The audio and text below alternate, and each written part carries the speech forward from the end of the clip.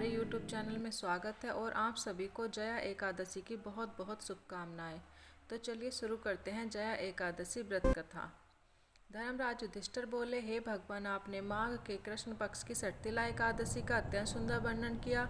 अब आप कृपा करके माघ मास के शुक्ल पक्ष की एकादशी का वर्णन कीजिए। इसका क्या नाम है, इसके व्रत की क्या विधि है और इसमें कौन से देवता का पूजन किया जाता है। श्री कृष्ण कहने लगे कि हे राजन, इस एकादशी का नाम जया एकादशी है। इसका व्रत करने से मनुष्य ब्रह्मा इत्यादि पापों से छूटकर मोक्ष को प्राप्त होता है तथा इसके प्रभाव से भूत पिशाच आदि योनियों से मुक्त हो जाता है। इस व्रत को विधि पूर्वक करना चाहिए। अब मैं तुमसे पद्म पुराण में वर्णित इसकी महिमा की एक कथा सुनाता हूँ, सो ध्यान पूर्वक सुनना।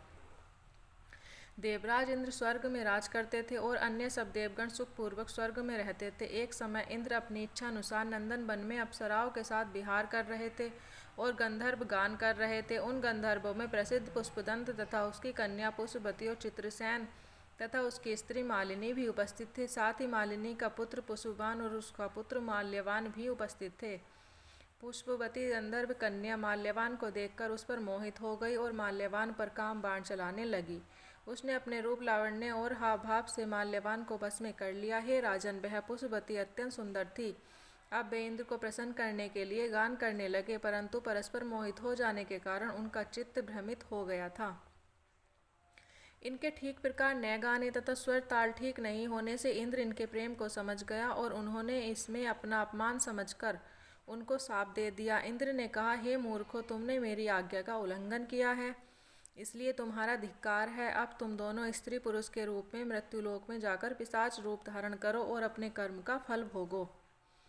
इंद्र का ऐसा शाप सुनकर वे अत्यंत दुखी हुए और हिमालय पर्वत पर दुखी पूर्वक अपना जीवन यापन व्यतीत करने लगे।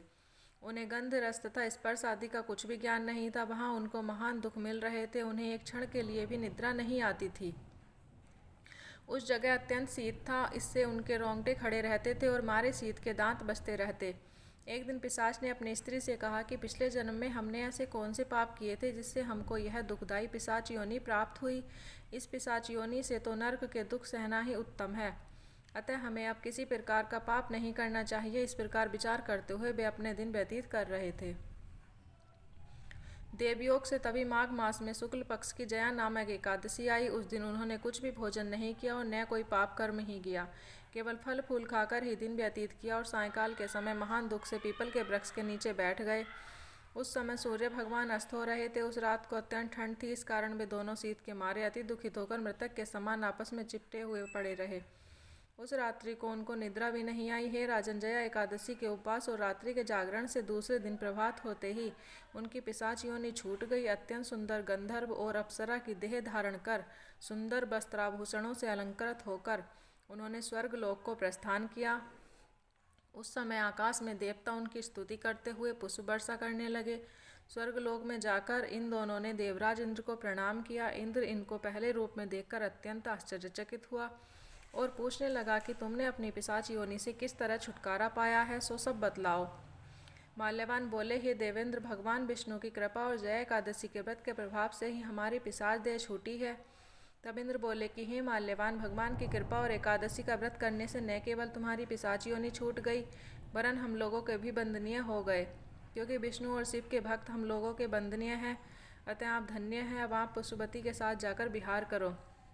श्री कृष्ण कहने लगे कि हे राजा युधिष्ठिर, इस जया एकादशी के व्रत से बुरी योनि छूट जाती है। जिस मनुष्य ने इस एकादशी का व्रत किया है उसने मानो सब यज्ञ जप दान आदि कर लिए। जो मनुष्य जया एकादशी का व्रत करते हैं वे अवश्य ही 1000 वर्ष तक स्वर्ग में वास करते हैं। एकादशी व्रत कथा समाप्त। बोलो श्री हरि विष्णु की जय। एकादशी माता मैया जय एकादशी माता, विष्णु पूज व्रत को धारण कर शक्ति मुक्ति पाता। ओम जय एकादशी माता, तेरे नाम गिनाऊं देवी भक्ति प्रदान।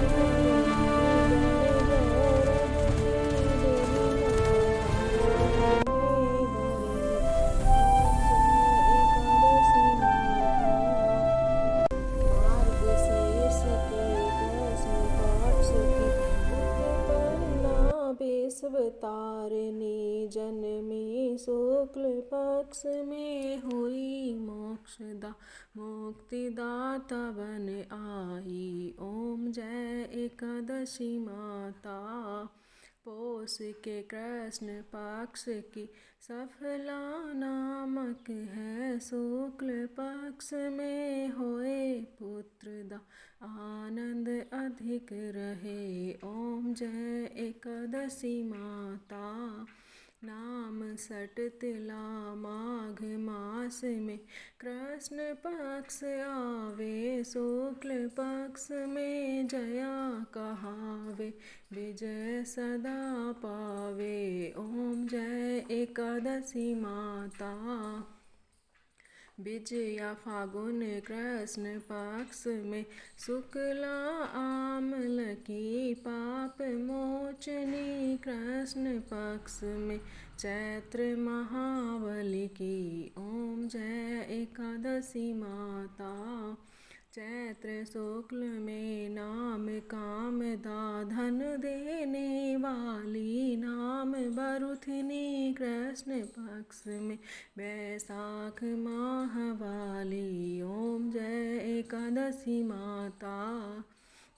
शुक्ल पक्ष में होए मोहनी अपरा जेठ कृष्ण पक्षी, नाम निर्जला सब सुख करनी, शुक्ल पक्ष रखी। ओम जय एकादशी माता।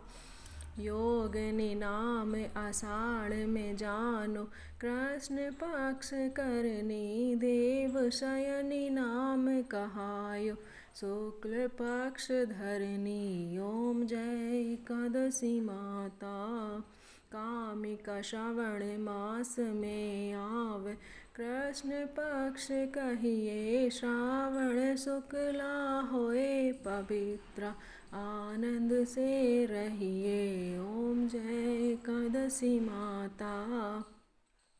अजा भाद्रपद कृष्ण पक्ष की परिवर्तनी शुक्ला, इंदिरा आश्विन कृष्ण पक्ष में व्रत से भव सागर निकला।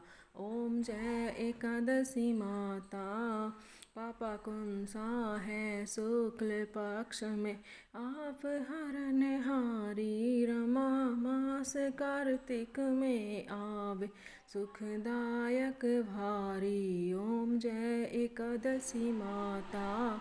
देवोत्थानी शुक्ल पक्ष की दुख नाशक मैया, पावन मास में करो विनती, पार करो नैया।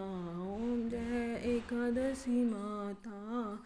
परमा कृष्ण पक्ष में होती, जन मंगल करनी, शुक्ल मास में होए पद्मिनी, दुख दारिद्र हरनी। ओम जय एकादशी माता।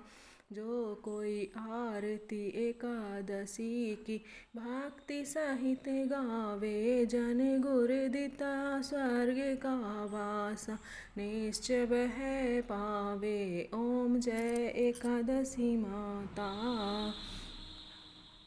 बोलो एकादशी माता की जय। बोलो सच्चे दरबार की जय।